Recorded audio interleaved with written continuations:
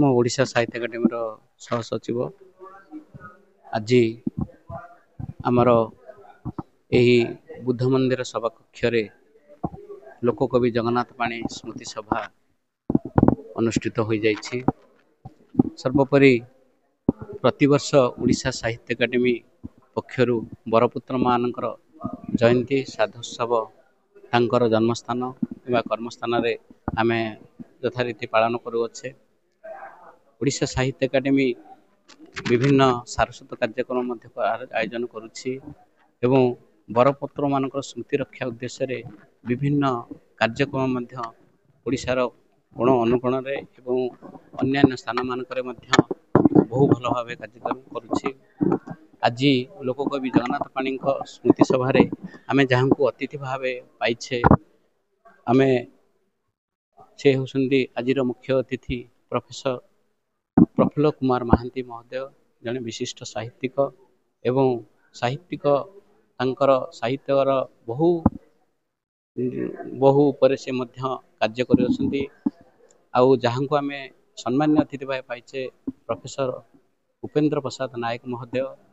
ଆଜି ଆଉ ଯାହାକୁ ପାଇଛେ ଆମେ ମୁଖ୍ୟ ବକ୍ତା ଆସନରେ ଯିଏ ଆସୀନ ହୋଇଛନ୍ତି ଡକ୍ଟର ଉଦ୍ଧବ ଚରଣ ନାୟକ ମହୋଦୟ ଏବଂ ସର୍ବୋପରି ଜଗନ୍ନାଥ ମାଣୀ ସ୍ମୃତି ସଂସଦର ସଭାପତି ତଥା ପୂର୍ବତନ ମନ୍ତ୍ରୀ ଯିଏ ଥିଲେ ଯୁଗଳ କିଶୋର ପଟ୍ଟନାୟକ, ତାଙ୍କୁ ମଧ୍ୟ ଏଠାରେ ସଭାମୁଖ୍ୟ ଆସନରେ ଆସୀନ ହୋଇଛେ।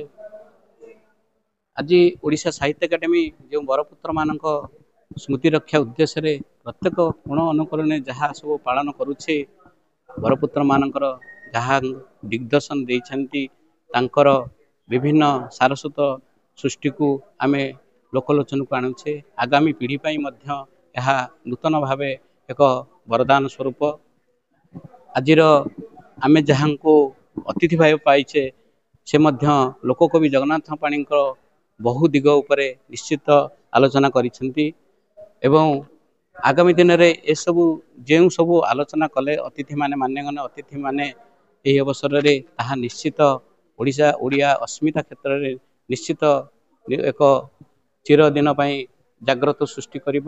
ଓଡ଼ିଆ ଅସ୍ମିତାକୁ ଯେଉଁମାନେ ବଞ୍ଚାଇ ରଖିଛନ୍ତି, ଯେଉଁ ବରପୁତ୍ର ମାନେ ଆଜିର ଏଇଠାରେ ତାଙ୍କରି ସ୍ମୃତି ରକ୍ଷା ଉଦ୍ଦେଶ୍ୟରେ ଓଡ଼ିଆ ଆଜି ଚିର ସ୍ମରଣୀୟ ହୋଇ ରହିବ ଏବଂ ଓଡ଼ିଶା କ୍ଷେତ୍ରରେ ଆମ ଓଡ଼ିଶା ସାହିତ୍ୟ ଏକାଡେମୀ ତରଫରୁ ଯାହା ସବୁ କାର୍ଯ୍ୟକ୍ରମ ମାନେ ଆୟୋଜନ କରାଯାଉଛି ବର୍ଷବାରୀ, ତାହା ଓଡ଼ିଆ ଭାଷା ସାହିତ୍ୟ ଓ ସଂସ୍କୃତି କ୍ଷେତ୍ରରେ ମଧ୍ୟ ଉଜ୍ଜୀବିତ କରି ରଖିବ ଏବଂ ରଖିଥିବ ମଧ୍ୟ। ସର୍ବୋପରି କହିଲେ ଆଜିର ପ୍ରଫେସର ପ୍ରଫୁଲ୍ଲ କୁମାର ମହାନ୍ତି ମହୋଦୟ ମୁଖ୍ୟ ଅତିଥି ଆସନରେ ଆସୀନ ହୋଇଛନ୍ତି।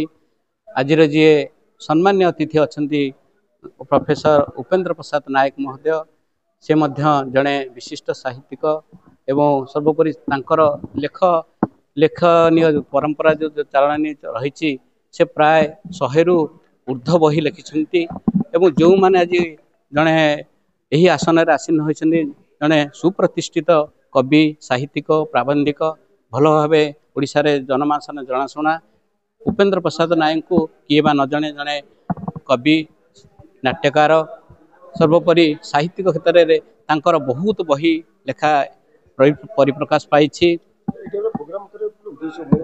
ଉଦ୍ଦେଶ୍ୟ ହେଉଛି ଓଡ଼ିଆ ଭାଷା ସାହିତ୍ୟ ସଂସ୍କୃତିର ପ୍ରସାର ପ୍ରଚାର ଦିଗରେ ଆଉ ଆଗାମୀ ପିଢ଼ିର ଯେଉଁ ଆମର ଅଛନ୍ତି ଯେଉଁ ସାହିତ୍ୟିକ ମାନେ କିମ୍ବା ଆଗାମୀ ପିଢ଼ିର ନୂତନ ଯୁବଗୋଷ୍ଠୀ ପାଇଁ ଆମେ ସିଏ ଯେମିତି ଭୁଲି ନ ଯାଆନ୍ତି, ପରବର୍ତ୍ତୀ ପିଢ଼ି ପାଇଁ ଆମେ ଏହାକୁ ଉଜ୍ଜୀବିତ ସଦାସର୍ବଦା ଜାଗ୍ରତ କରି ରଖିବା ପାଇଁ ଏବଂ ଆଜି ସିନା ଲୋକକବି ଜଗନ୍ନାଥ ପାଣିଙ୍କ କାଲି ସକାଳେ ମଧ୍ୟ ମନେ ରଖିବେ ଯେ ଲୋକକବି ଜଗନ୍ନାଥ ପାଣିଙ୍କର ସାରସ୍ୱତ ସୃଷ୍ଟି, ତାଙ୍କର ଯେଉଁ ନାଟକୀୟ ପରମ୍ପରା ଏବଂ ସେ ଯାହା ସବୁ କରିଛନ୍ତି ତା ଉପରେ ଆମେ ବହୁ କାର୍ଯ୍ୟକ୍ରମ ମଧ୍ୟ କରୁଛୁ ଏବଂ କରି ଆସୁଥିବୁ ମଧ୍ୟ।